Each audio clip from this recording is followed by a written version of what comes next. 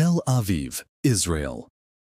Hamas released 3 more Israeli hostages Saturday, as a fragile ceasefire deal between the Palestinian militant group and Israel continued to hold into a 4th week. Eliyahu Sharabi, 52, Or Levi, 34, and Ohad Ben Ami, 56. 3 male civilians were handed over by Hamas militants to the International Committee of the Red Cross in the southern Gaza city of Deir al-Balah, surrounded by crowds of onlookers. Unlike previous handovers, the hostages, flanked by heavily armed gunmen, made statements before the crowd. The 3 men appeared gaunt and pale after 16 months in captivity. The images of the men provoked shock and drew swift condemnation in Israel. "This hell cannot go on any longer," Einav Zangauker, mother of an Israeli still being held hostage, said in a video posted on X. The 3 who returned today are Holocaust survivors. She accused Prime Minister Benjamin Netanyahu of obstructing negotiations over further hostage releases. In a statement, Netanyahu noted the men's condition and vowed to take appropriate actions. The men appeared to be in worse condition than previous hostages that Hamas released. It was not known where they had been held during months of war that devastated large areas of the Gaza Strip and caused severe shortages of food. Israel released more than 180 Palestinian prisoners and detainees in return, in the 5th such exchange, including some that are serving life sentences for attacks on Israelis.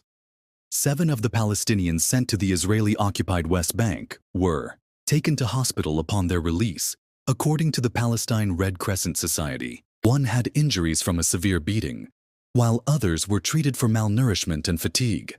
Ahmed Jibril, a spokesperson for the organization, told NPR.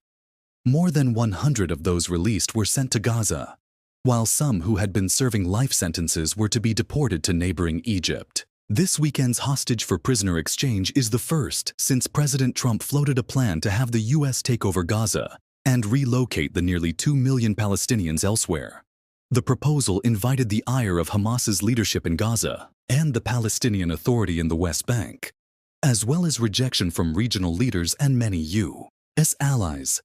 Trump made the proposal Tuesday as he met Israeli Prime Minister Benjamin Netanyahu in Washington, D.C. Speaking to reporters at the White House Friday, Trump said he viewed the proposal as a real estate transaction, where we'll be an investor in that part of the world. He added that he was in no rush to do anything. Also Friday, Hamas accused Israel of reneging on the terms of the agreement, amid signs that the ceasefire agreement was fraying, alleging that Israel had not allowed certain humanitarian aid, like shelters, debris removal equipment, and fuel, into Gaza that it says are needed for reconstruction efforts. Israel's military released a statement saying that it had deployed troops at several points in the Gaza Strip and were ready in defense.